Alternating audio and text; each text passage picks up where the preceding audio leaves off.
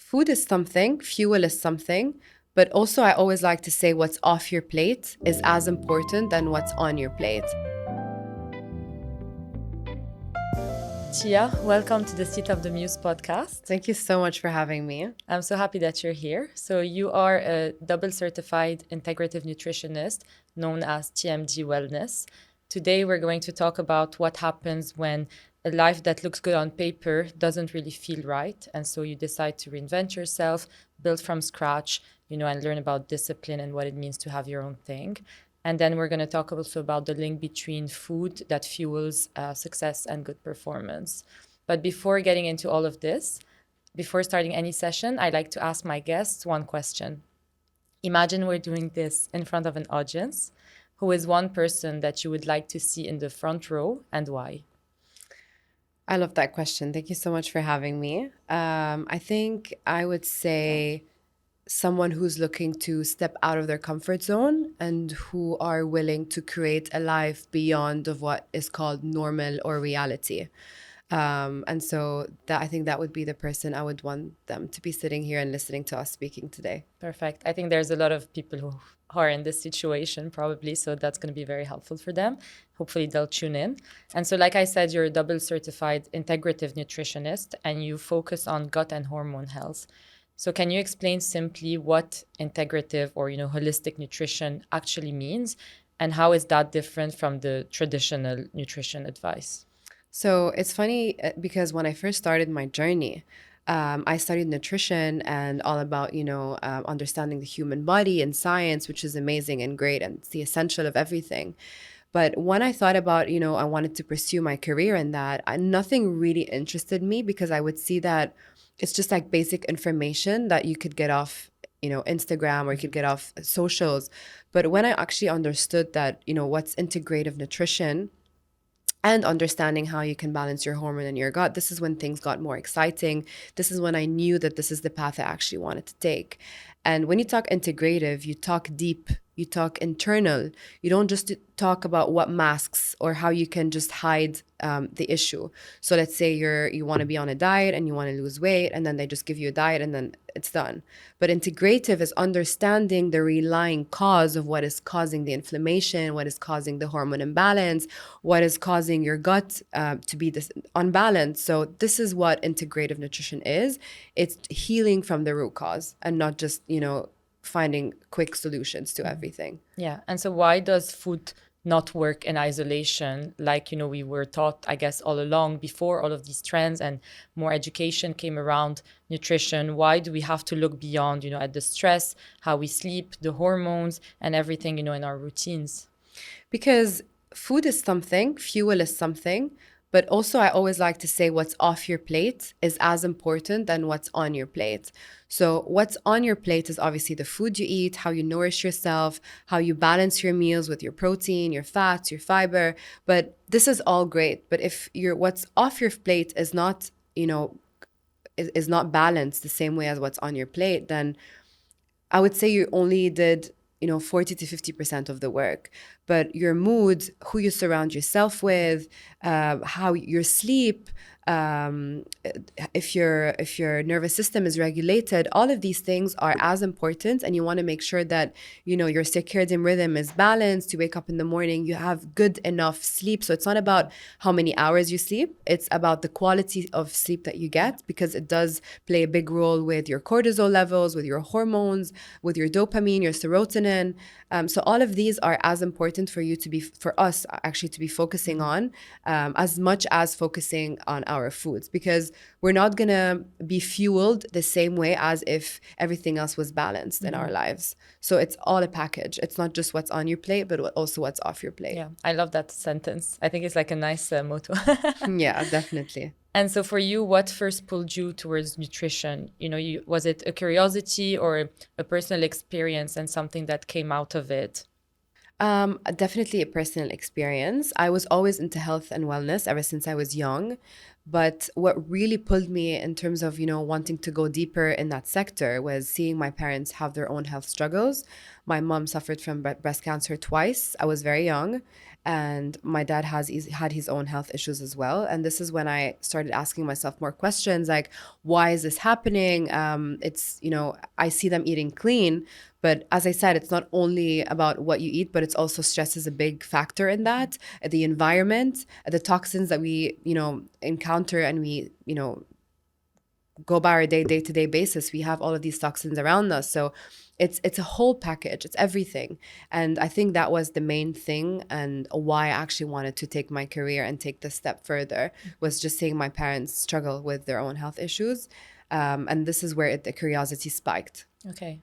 I mean, I'm sorry to hear that. And I guess it's when they say, some good comes out of bad as well. And so at what point did nutrition stop being, just this interest, when you got curious about it and you felt like you wanted to build something out of it and for yourself? Because if I'm not wrong, you used to have, also a 9 to 5 and work, not for yourself, but, as anyone else. Yeah. I was in the 9 to 5 for about 3 years. Some people tell me that's not enough. You should be in the corporate as a norm, that, you have to be, you need to have at least, I don't know, 5 minimum years of experience to be in the corporate, so you get to understand the experiences. But I don't believe in that. I believe that if you have a vision, if you have a feeling that's telling you to pursue something for you, and something is just calling you so deeply, I think this is the time for you to actually take that step. And as I said, I was always into nutrition, but not until I actually understood the path that I wanted to take, which was understanding integrative nutrition. And when I actually took this step, everything made sense. And yes, I was obviously scared to take that step of leaving the corporate, because a lot of people were judging me, like, you're too young, you might not make it. And I got a lot of hate. Obviously, you get a lot of criticism in that, but you also get a lot of people motivating you. So it's a bit confusing. And this is when you ask yourself questions like, am I doing the right thing? Am I not doing the right thing? But no one knows unless you never know unless you try. You'll never know unless you get out of that comfort zone. And then what's the worst case? It doesn't work, then I just go back to my 9 to 5. But I needed to take that step, because if I don't take that step now, I knew that later down the road it was going to be harder for me. And I think this is when everything changed. And this is when I believe that, my whole story and my whole vision of my life and how I perceived life changed to me. Reinvention often means also letting go of a version of yourself you thought you were going to become or you should become. 100%. And I always admire people who kind of go for it and try to make that change for themselves, because it is scary as well to think that maybe, okay, this person who I am today will no longer be. And you're kind of letting go of that to try to be someone else that you don't know whether it's going to actually even work or not. 100%. I think things happened really quickly. When I was in my 9 to 5, I was looking at my other friends and I would see them like, this is normal. Like, me going out and me being different, and me not having a 9 to 5 and waking up without having any discipline is just going to be very challenging for me.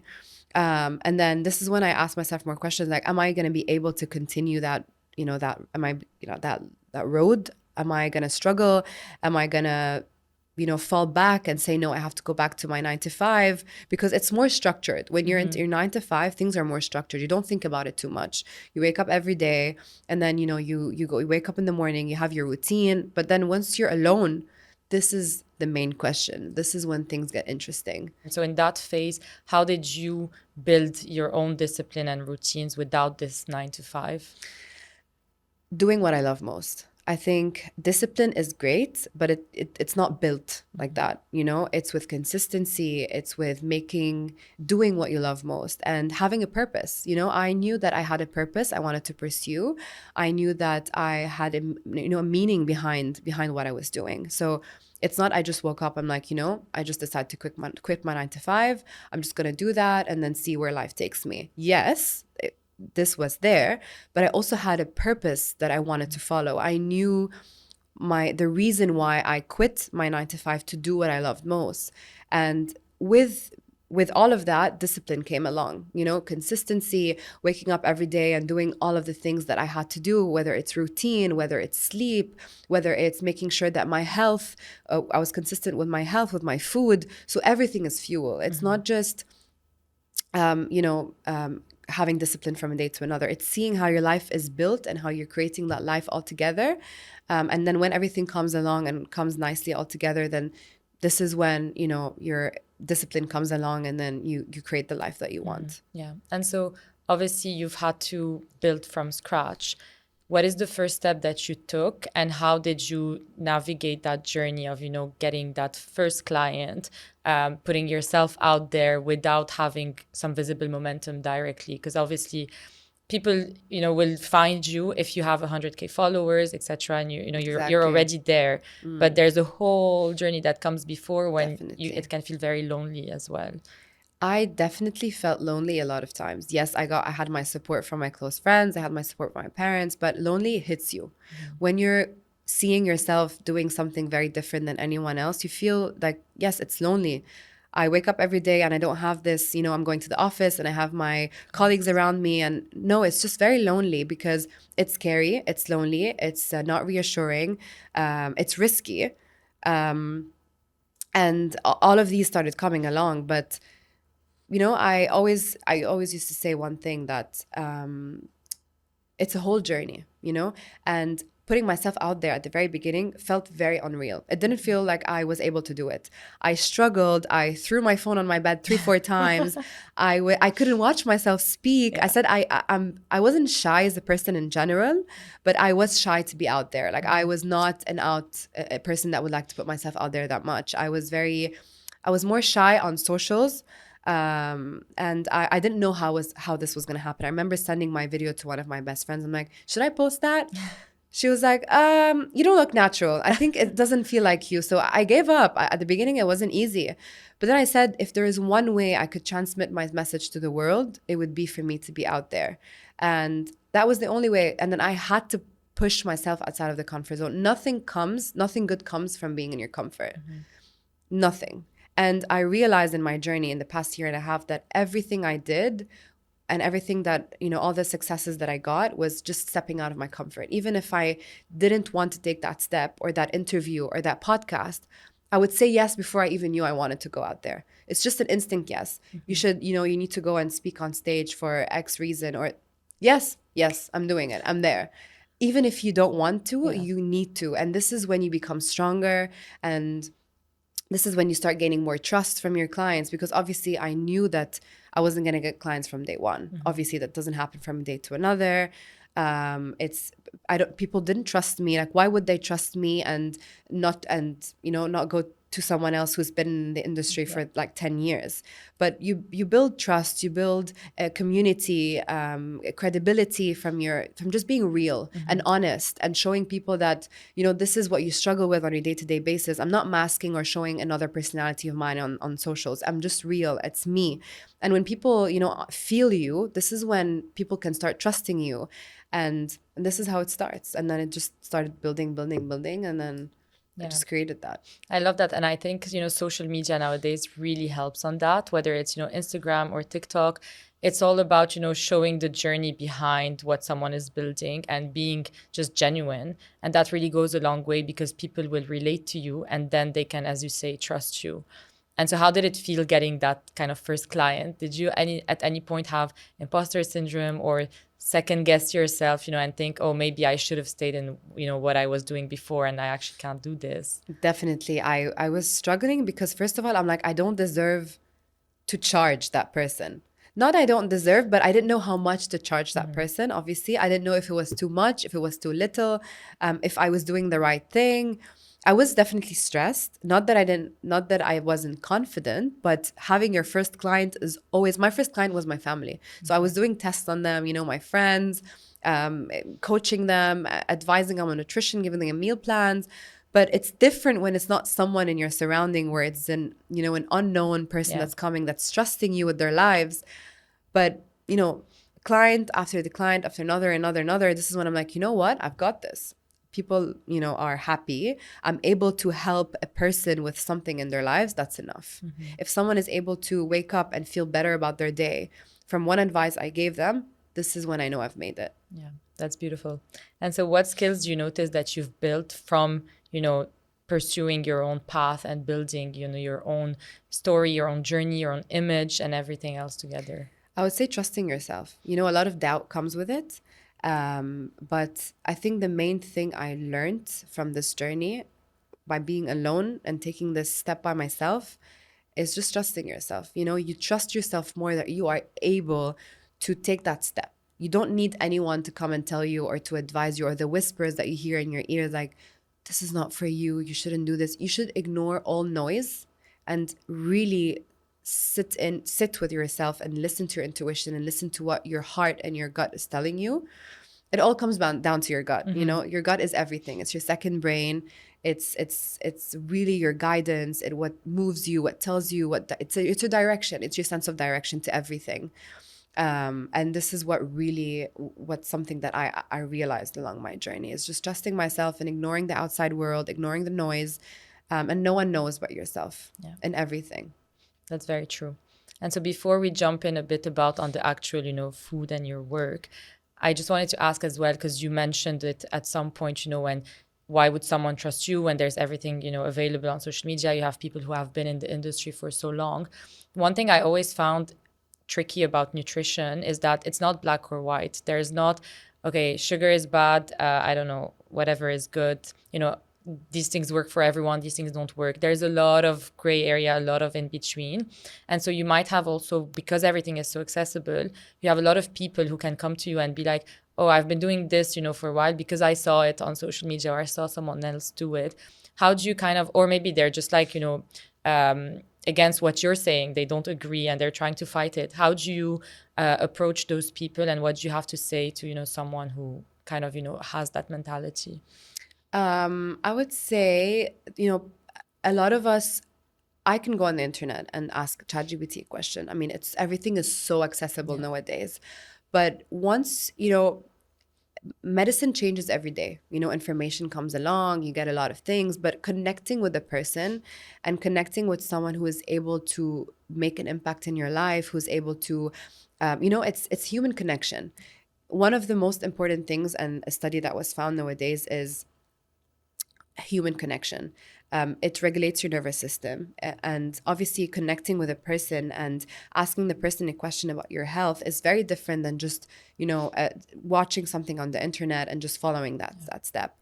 It's a lot of my clients tell me that, yes, I love being and working with you because of one thing, because you understand me. There's a person that's feeling with me. There's a person that's, many of my clients that suffer from PCOS, they can, they go on the internet, they get all the information, and most of them have so much knowledge, which I get so surprised. Like, they come to me, they're like, I already do this, I already do that, and I already do this. Why, like, I'm only coming here and seeking help because X and Y and Z. So the reason why they come is because they need this human connection that we're missing nowadays with everything that's happening in the world. There's no such thing as human connection. It's just, you open your phone, you get everything, and then you're sitting alone.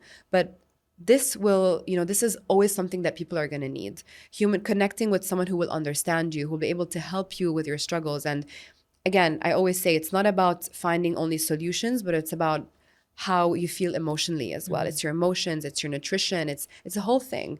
And I always support my clients with everything they need, whether it's their nutritional, whether it's the emotional, whether it's their physical. So it comes as a package. And this is what I've noticed from my clients and why they stay consistent here, because we as humans crave emotional connection and connecting with a person. Yeah, for sure. And more than ever, nowadays, definitely. So now I want to turn the focus a bit more on your work and talk about, food and how it can fuel good performance and long-term success, not just for entrepreneurs, but really for anyone, trying to get a better active life, I guess. How do you kind of approach that? Food is your fuel to everything. I actually did a recent talk to one of the corporate offices, and I've seen how employees, they struggle on their day-to-day basis because they wake up and they have coffee. They don't care about, and they don't understand the importance of how food fuels you, how it nourishes you, how it keeps you going throughout your day. I mean, before coming here, if I didn't have my main breakfast, I wouldn't be able to focus. I wouldn't be able to, have all of these answers or think properly, because food is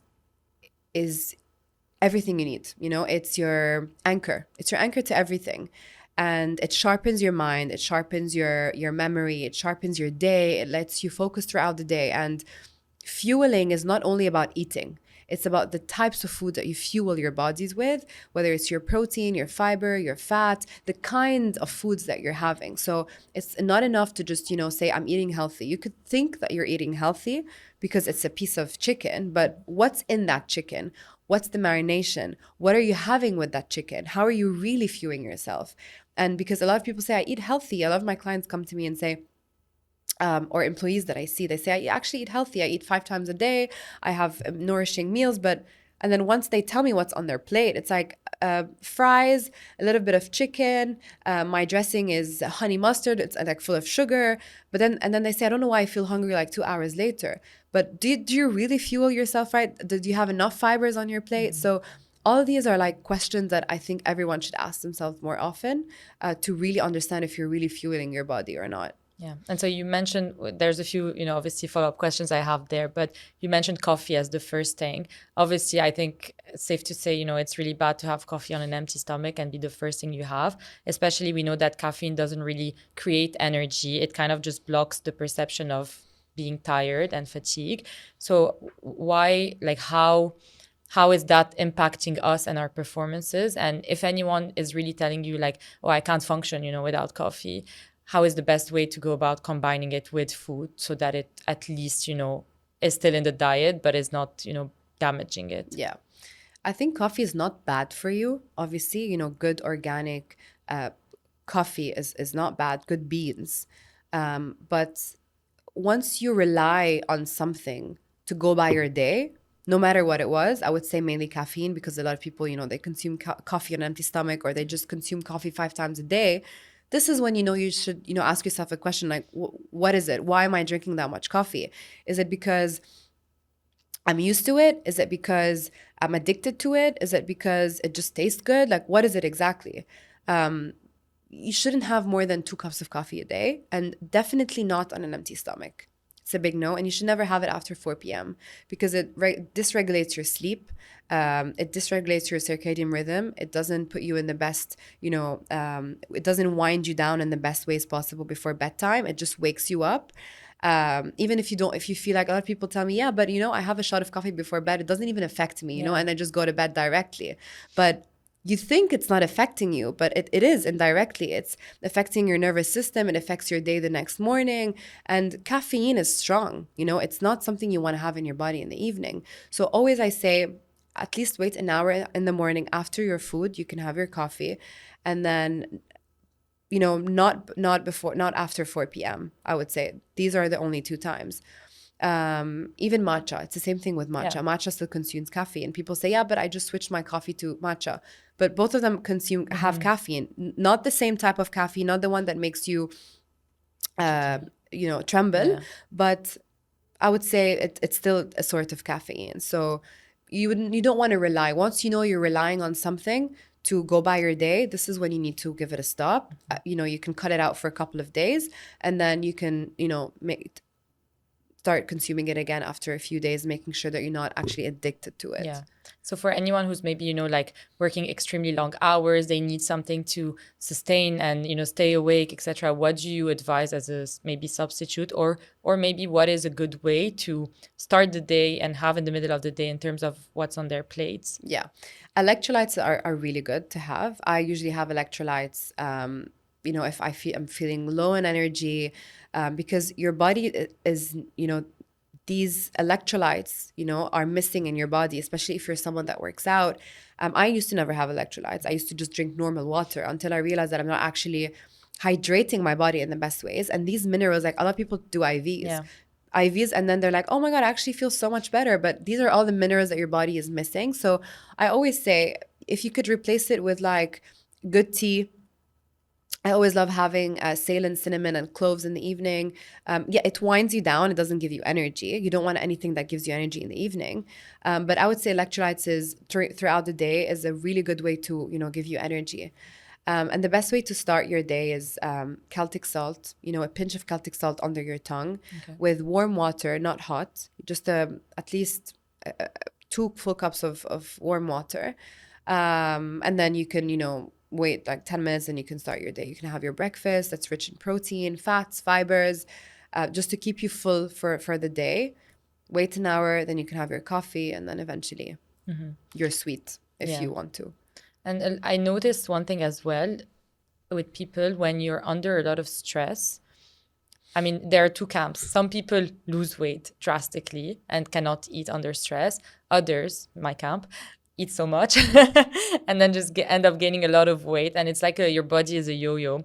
How do you like? Why does this actually happen? You know, that this stress, how it impacts really how we eat. Yeah, I'm so curious because people are impacted in different ways. Yeah. I would say, when you're stressed, your body is in a fight or flight mode, fight or flight mode. So your body's tensed. So your cortisol is off place. Your nervous system is off place. So most of the time, when you're in that stage, your appetite is suppressed. So this is why people, they tend to undereat and they don't eat, which is like me. I'm someone that when I'm stressed, I don't eat. If I'm anxious, or stressed, I do not eat. But if I feel like I'm sad, this is when I'll Okay. nibble on food. So it's different in terms of emotions. But if I'm anxious or stressed, my body's in a fight or flight mode where it's like protecting, and my cortisol is not there, and my hormones are off place. So this is why people tend to undereat. But I always say you never want to wait until you're actually hungry to eat nourishing meals. Make sure that you're just consistent with your food. Regardless of how you're feeling throughout the day, don't cut out or cut down on food. It's the worst thing you can do for yourself. Because little do you know that it's also putting your hormones off place. It's putting your whole circadian rhythm off place. So even if you feel like you're stressed or you're anxious, have a small thing in the morning, then have a small thing in a couple of hours later, but don't keep yourself without food. And when someone tends to binge eat, maybe they can drink water or do something else, go for a walk, and not reach to food the first thing. I always tell my clients, like, how do we do that? Whenever I'm stressed or whenever I'm sad, the first thing I do is think about food. I always say, like, try to get out of the house, try to do something else, try to, I don't close the door and leave, do something, go for a walk, listen to a podcast, just do something, go to the gym, do a workout, but don't reach to food as the first thing when you're in that stage. Yeah. And bringing mindfulness into that is very important. When you're mindful about what's happening, plays a big role. Yeah, I need to take that advice because Mindfulness, being conscious, this is yeah. everything. Awareness is everything. Once you're aware that you're in that space, because a lot of us aren't aware. Most of the time, I'm there and I'm not aware of it until I realize I'm actually, oh no, I'm actually reaching to food. No, let me not. Because I know that I'm not fueling my body in the right way. And I just do something else. I grab my water, I go out, I go to the gym. So it's just bringing more mindfulness and Yeah. And so cautious. while still kind of, researching a bit for our discussion, one thing that really surprised me is that I learned that around 90% of serotonin is produced in the gut, not the brain. And you obviously, really study gut health. And how does that change how someone should think about that, emotionally, and how they eat in their everyday life? Because I thought it was the brain, to be honest. Yeah. I mean, your gut is your second brain, when you think about that serotonin is mainly made in the gut, you start seeing it as your gut, as it's like self-care. Your gut is self-care. Your gut is everything. It's your direction to how we feel, what we think. If we know we're not having the best day, we're going to reach to all of these nasty foods that we see out there. But how does that really make you feel eventually? I always ask myself this question, like, how does this food really make me feel after consuming that? And then it directly gets me to my emotions. Like, I feel it's everything in my emotions. Like, I ask myself that question. Having something that's very nourishing, I'm not going to talk about a basic salad. I'm going to talk about sweet potato with like a good dressing of salmon and a good rice on the side or whatever it is. This makes me happy and fuels me much more than if I'm reaching out to something that's like fast food. This will affect my mood. I know that an hour down, I will be moody, I'll be sad, I'll be frustrated. And it's not only about one meal. I'm not talking about if one day you fancied something like a burger or something that's nasty. Go ahead and have it. We all need it once in a while. But I'm talking about someone that has it repetitively on a day-to-day basis. this definitely affects your mood. Yeah. Your serotonin is in your gut, so everything starts in your gut. The way you start your day, the way you end your day, what you think, your thoughts are all in your gut. When you say that I have a gut feeling that this is not for me, it's all in your gut. Your gut is everything. It's the number one thing that people should really be focusing on this year, especially that we're, going to this new year. If there's one thing that people should be focusing on, it's their health, specifically their gut health. It starts there. And so how should someone start if they have like absolutely no idea, right? And they read online even that you can take supplements just for gut and then I guess just eat whatever you were still eating and not change anything. So what is step one? The first question I usually ask my clients is, how's your stool? Okay. How many times a day do you pass to the bathroom? Are you consistent? Are you constipated? Do you feel like you're having a hard time? Do you forget to go to the bathroom? So this is your first guide. And if you're consistent and everything is good, then I'm assuming that I would say 90% of the time that, you're having good food, but only if everything else is fine. But if you're bloated, so these are, and then the things go, they follow each other. So if you're bloated, how's your bloat? How's your stool? Do you wake up tired during the day? So these three, I would say, are like the main thing. And then if you're feeling off in one of them, if you're always bloated and some of them, they self-diagnose themselves with IBS, which I don't understand why people self-diagnose themselves. Everyone nowadays has IBS, without even actually understanding what IBS is. But yeah, I would say the main thing is eliminating all like processed sugar. Eliminate completely. I don't see the point why anyone should have processed sugar. Of course, once in a while, it's your birthday, it's someone's gathering. It's not the end of the world, but we're talking on a day-to-day basis, how you fuel your body. Having sugar on a day-to-day basis, processed sugar is not ideal for you. I would say, focusing mainly on proteins, good fats, fibers, carbs, good carbs that will fuel you. People are scared of carbs. I don't think why you should be. But yeah, I would say sunflower oil, so all these seed oils, stay away from completely. Processed sugar, processed foods, these are the main thing you could do to start enhancing your gut.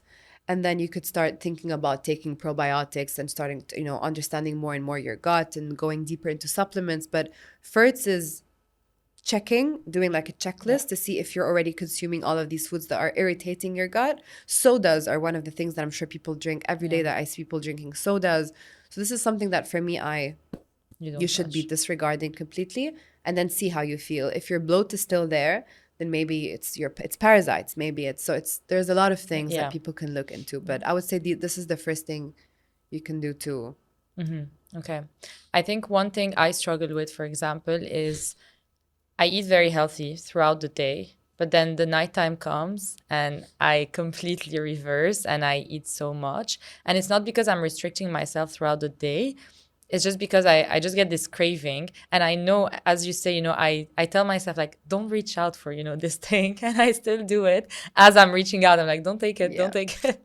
And I still take it. And then I feel disgusting after, because I ate probably a whole pack of chocolate and I shouldn't have. And I know I shouldn't have. But yet I just can't stop. I don't know, what should I do?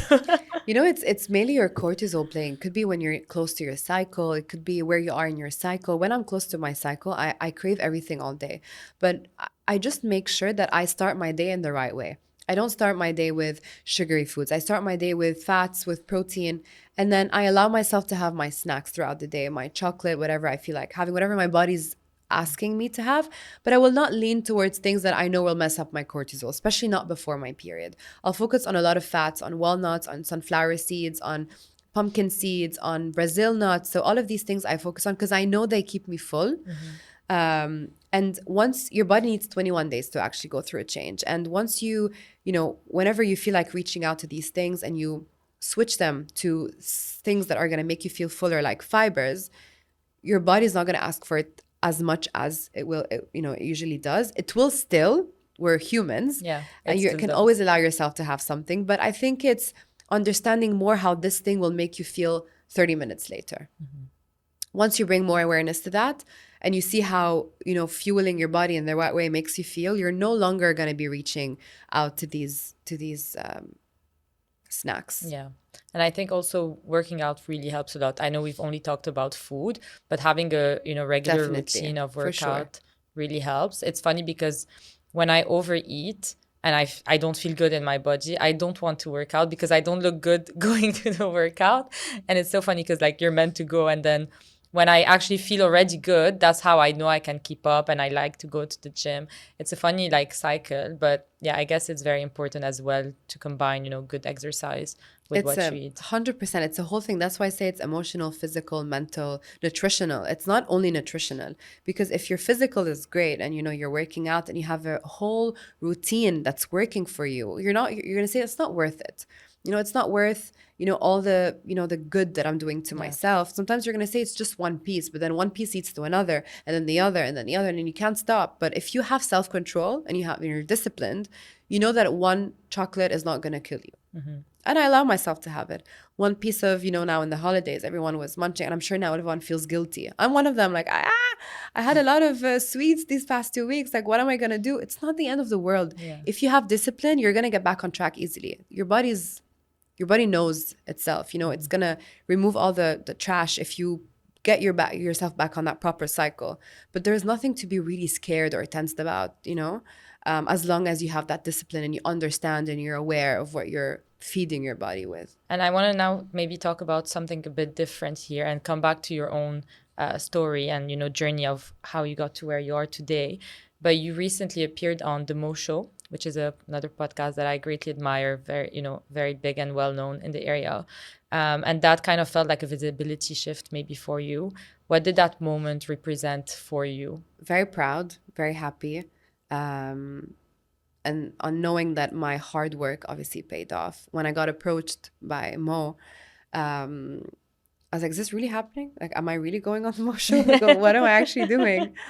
But it was very humbling. I was very happy. I knew that, something was coming from that. I obviously got reached out by a lot of clients afterwards, and I'm very grateful for that. I'm very grateful for Mo for getting me on that show, and it definitely pushed me.